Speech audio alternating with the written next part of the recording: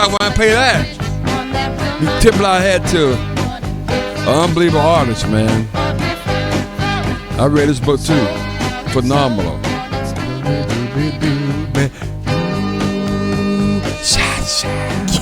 Come on. We got to live together.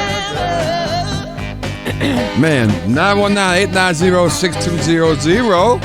That's how you get to the sports shop. Hang out with us now on Sports Shop Reese and K-Mac on YouTube. Man, we're getting it in. We still got some other things working on. The camera's off, yeah, but it's all good. That.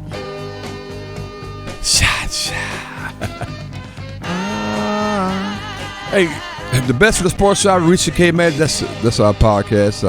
A-Town does a good job with that, man. This song definitely Sly and the Family Stone, man. I'm telling you, Sly Stone, he passed on yesterday, and it's a guy that definitely 60s to 70s was hot.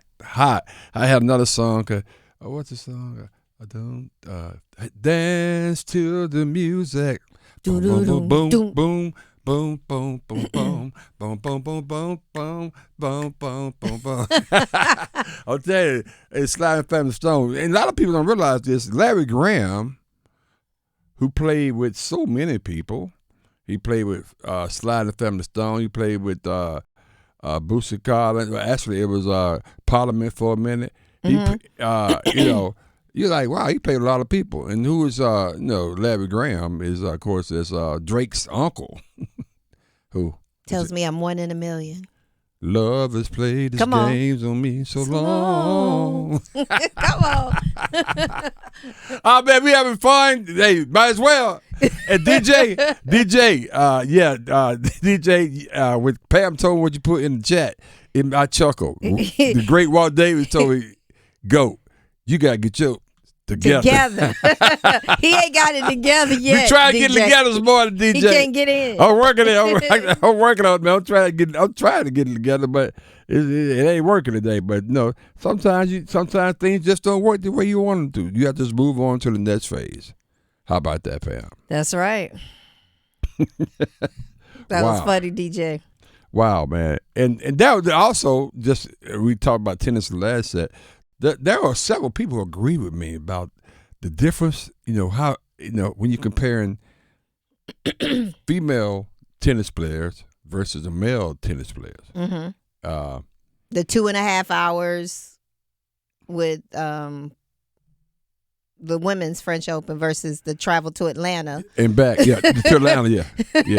For the men. On the other side of D.C., held down there in Pennsylvania. Because it was, 5.5, something like that. But, so the argument was, my argument was, I think it's a lot more demanding for males to win these Grand Slams versus females winning Grand Slams because they have a shorter bit.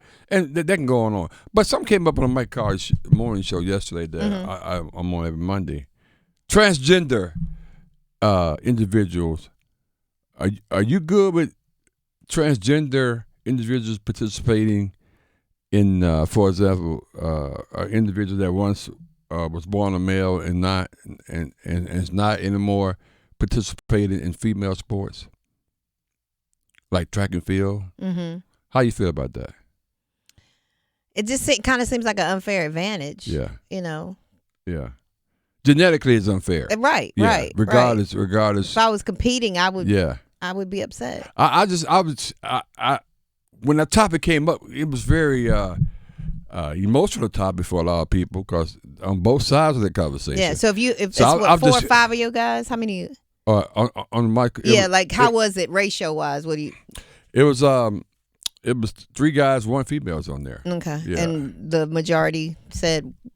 It just varied. And a lot of people in the comments were very. I'm just curious but I tell you, the majority of people thought that was genetically unfair, and just won't work because guys are built differently, and really that's you guys' argument against me when I compare the tennis exactly. So exactly. It made me think about that too. So I'm just curious what people think about. What you guys think about that? Chime in, co-host. What do you guys think? Yeah, because I'm real curious because we had a guy, I think, somewhere in North Carolina. I think it was a guy, a young man that was born a male, but he went through the transgender process or whatever, and wanted to compete in a female competition. And I can't remember what happened with that, but I'm just curious how people feel about that.